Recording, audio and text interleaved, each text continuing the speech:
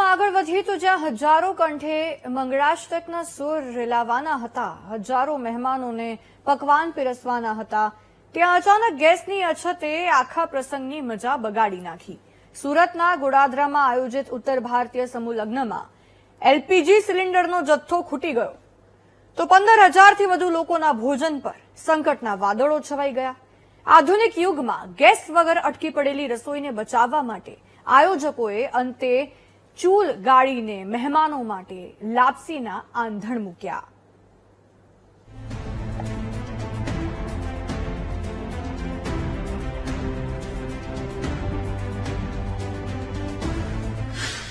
ગેસના બાટલા ખૂટ્યા તો ગરવા ચૂલા કામ આવ્યા। સમૂહ લગ્નમાં હાઈટેક કિચન ફેલ, દેશી જુગાડ પાસ। રસોઈ માટે એલપીજી ના મળ્યો તો ચૂલાએ રાખી લાજ। ડાયમંડ સિટીમાં બાટલાના ફાફાથી આયોજકો મૂંઝાયા। હજારો દીકરીઓના કરિયાવરની તૈયારી ચાલતી હતી।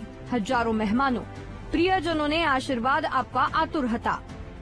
ત્યારે રસોડામાં લાગેલી ગેસની અછતની આગે આયોજકોના હૈયા બાળી નાખ્યા। સુરતના ગોડાદરા વિસ્તારમાં આયોજિત ઉત્તર ભારતીય સમૂહ લગ્ન પ્રસંગમાં ગેસ સિલિન્ડરની અછતને કારણે અફરાતફરીનો માહોલ સર્જાયો। ઉત્તર ભારતીય વિવાહ સમિતિએ સમૂહ લગ્નનું આયોજન કર્યું। ભવ્ય પ્રસંગમાં હજારોની સંખ્યામાં લોકો ઉમટી પડ્યા, પરંતુ અણીના સમયે એલપીજી સિલિન્ડરનો જથ્થો ન મળ્યો। ગેસની અછતથી સમૂહ લગ્નના આયોજકો મુશ્કેલીમાં મુકાયા, કારણ કે આશરે 15,000થી વધુ મહેમાનો માટે ભોજન બનાવવાનું કાર્ય અધ્ધરતાલ થઈ ગયું। ગેસના અભાવે રસોઈ અટકી પડતા પ્રસંગની રોનક પર અસર પડી હતી અને લોકોમાં ચિંતા વ્યાપી ગઈ। 51 જોડાના લગ્ન અહીંયા કરવાના હતા અને જેમાં લગભગ એ લોકો તરફથી 15,000 બરાતી, એટલે જે લગ્ન થાય એના બરાતી હોય છે, ઘરાતી બરાતી 15,000 લોકો આવવાના હતા। એના વધુ અમે લોકોએ કેટરેસને કામ સોંપેલું હતું, બટ કેટરેસે કાલે અમને જાણ કરી કે ખાડી યુદ્ધમાં યુદ્ધ ચાલવાના કારણે કોમર્શિયલ બાટલા મળતા નથી। એટલે અમે લોકોએ અમારા અહીંયાના લોકપ્રિય સાંસદ અને જળશક્તિ મંત્રી સી આર પાટીલ સાહેબને સંપર્ક કર્યો। એમણે કીધું કે તમે આપદાના અવસરમાં કીધું બદલ તમે સમજાવવાની જરૂર નથી, તમે એ કરી નાખો। એટલે પછી એમના આદેશ અનુસાર અમે લોકોએ જેસીબી મંગાવીને અને આ ખાડો ખોદીને અને લગભગ ગામડામાંથી 2 ટન જેવા લાકડા મંગાવીને આખું કામ કર્યું છે। દીકરીઓના લગ્ન પ્રસંગમાં કોઈ મહેમાન ભૂખ્યું ન જાય એ માટે અંતે આધુનિક સુવિધાઓ બાજુ પર મૂકીને મજબૂરીમાં ચૂલ ગાળીને ચૂલા પ્રગટાવવામાં આવ્યા।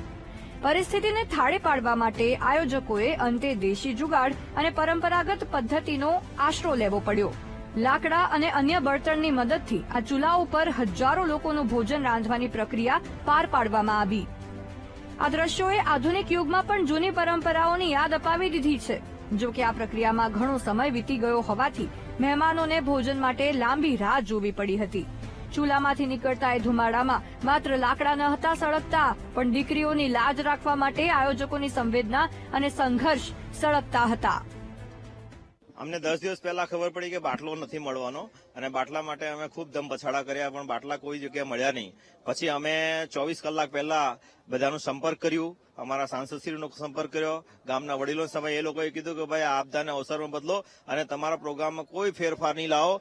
જે રીતે જૂના જમાનામાં લાકડામાં ભોજન બનતું હતું અને ખૂબ સ્વાદિષ્ટ લાગતું હતું તેવી રીતે તમે કરો। અને ખૂબ અજીબો અમને લાગે છે, ખૂબ સરસ મજા પણ આવે છે કે લાકડા પર અમે ભોજન બનાવીએ છીએ અને ખૂબ સ્વાદિષ્ટ ભોજન ધીમે ધીમે પાકે અને લોકોને સ્વાદિષ્ટ ભોજન ખવડાવી શકીએ। કોઈ પણ માણસો જેટલા આમંત્રિત મહેમાનો હતા અમે એમાં કોઈ પણ કાપ મૂક્યું નથી।